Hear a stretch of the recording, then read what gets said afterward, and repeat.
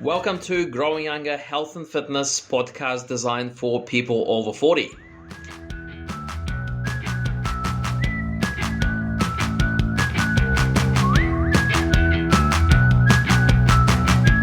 Exercising with a shoulder injury. So in this podcast today, we're going to discuss your ability to carry on with your fitness routine when you have a shoulder injury or shoulder pain. So we're going to discuss the recommendations, do's and don'ts, and how to work around it. So what I'm going to do, I'll split this podcast into two parts, okay? So the first part is going to discuss a situation where you don't know what's actually, like you don't have a proper diagnosis of your shoulder injury.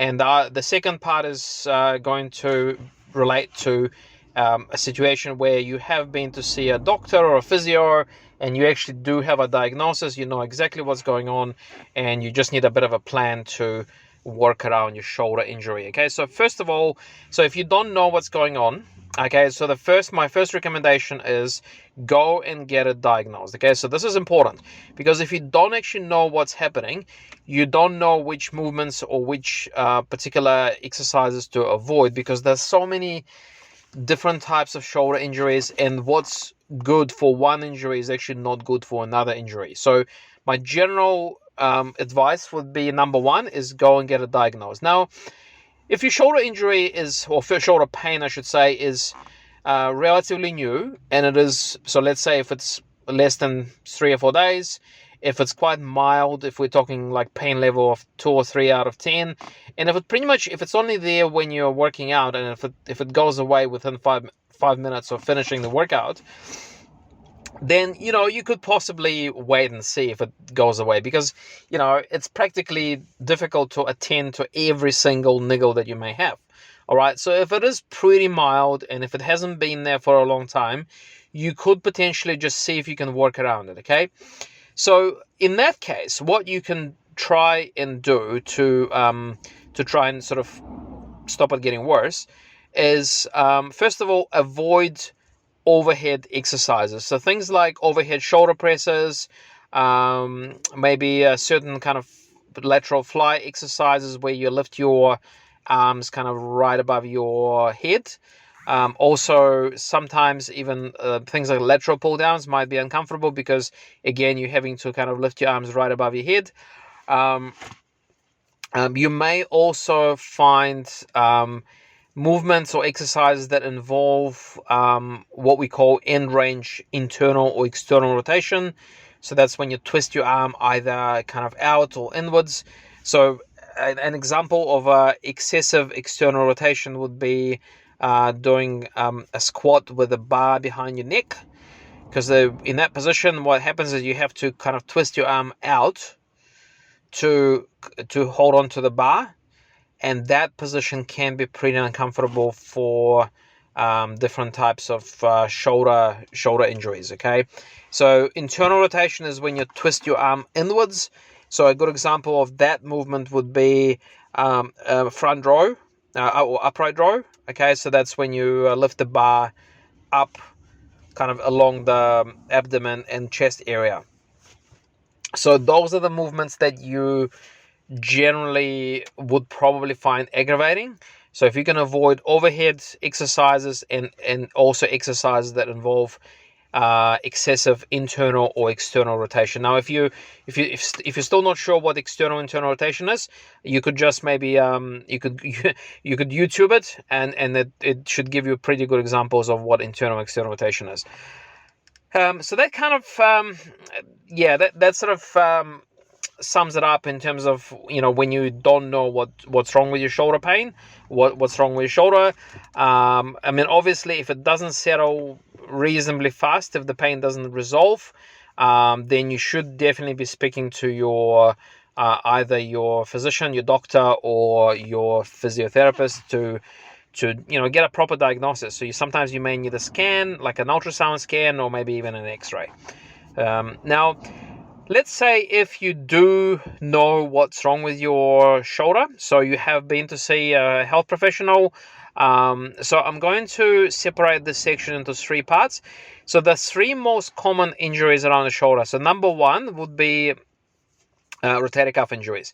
And so because pretty much this podcast is mainly for people over 40, so rotator cuff injuries, they become more common, particularly after the age of 50, I would say. Okay, so in younger people, they are relatively rare. Okay, so as we get older, the chances of us getting a rotator cuff tear increase. Okay, so if you have a rotator cuff tear, now again, it depends on the severity of it. So if it's a full, complete tear, you probably need to stay away from most of your typical gym sort of shoulder exercises, and you need to be focusing more on the rehab side of things. Okay, now if you have more of a partial tear or maybe like a rotator cuff strain, so generally speaking, again, you need to be avoiding overhead exercises.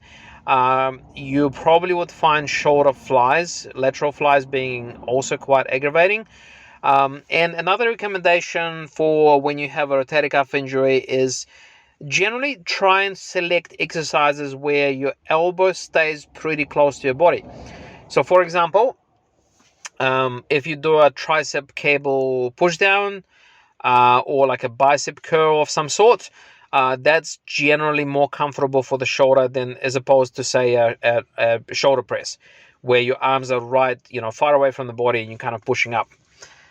Now, if you have a frozen shoulder, okay, so frozen shoulders, they mostly affect people between 40 and about 65, and they're more common among women. Okay, so frozen shoulder. In the initial stages of frozen shoulder, they're usually so painful that the last thing you want is do any kind of fitness exercises for your arms, okay? So it's unlikely that you'll be doing any exercises in the initial 2 or 3 months after you got frozen shoulder. Now, after that, the pain starts to settle down, and you might be able to do some strengthening exercises. So with a frozen shoulder, the one thing you want to avoid is weight-bearing exercises. Okay, so, and a good example would be a press-up, or like dips, or another example could be like a benching sort of exercise. So there's a pressure, there's stress directly going through your shoulder joint. So those types of exercises tend to be most painful. So try and avoid those. Look, if you're going through a frozen shoulder injury, you probably would need to be getting advice from a physiotherapist in terms of what exercise you can do. But generally speaking, you need to work through the available range of movement, because with frozen shoulder, you're likely to lose a lot of movement. So you'll get like a lot of stiffness around the shoulder joint. So pretty much you just work within the available range. Okay. And by the way, very important to note, so none of the things that I'm mentioning in this podcast is a personalized advice. Okay. So it's just a general common knowledge that I'm trying to convey here. It's not it does not replace the need for you to go and see a health professional. And one more common source of shoulder pain, particularly for people over 40, is getting a bit of arthritis in your shoulder joint. So with arthritis, strengthening is very important. So you shouldn't just give up on exercise, but you should be quite selective in terms of what exercise you choose to do. So you definitely want to start, if you haven't exercised in a while and you know that you have arthritis in your shoulder, you should be selecting very easy, very simple exercises to start with. So you may actually focus more on the muscles around, not even in the shoulder, but maybe like your bicep, your tricep, your rhomboids, so your back muscles. And then gradually, as long as that feels okay, then you can start to work a little bit more, focus a little bit more around the actual shoulder. So rotator cuff strengthening can be very helpful with arthritis. So you've got your typical rubber band internal, external rotations. Again, if you're not sure how to do those, you can look them up. So very important with arthritis. If you're also having a bit of restriction of your range of movement. So for example, you can't lift your arm right above your head, then you just work within the available range. Okay, so don't try and force it too much. Just work within the range of mobility that you have. And just make very slow incremental progressions. So don't try and jump from, say, 2 kg to 10 kg in one day. Just make sure you do it in a very graduated, very gradual way. Okay. Great. So yeah, that probably covers what we need to discuss today. So I've covered what to do, the major recommendations for shoulder pain when you're not sure what's going on, and number one advice there is to actually go and see a health professional and get some proper personalized advice. And if you do know if you do have a diagnosis for your shoulder pain, then I've given you a couple of pointers, a couple of recommendations. But look, the best thing you can do is work under the guidance of a physiotherapist, because they will know exactly what your situation is, and they will give you the customized advice for what you're trying to do. Okay, all the best for now, and I will speak to you on the next podcast.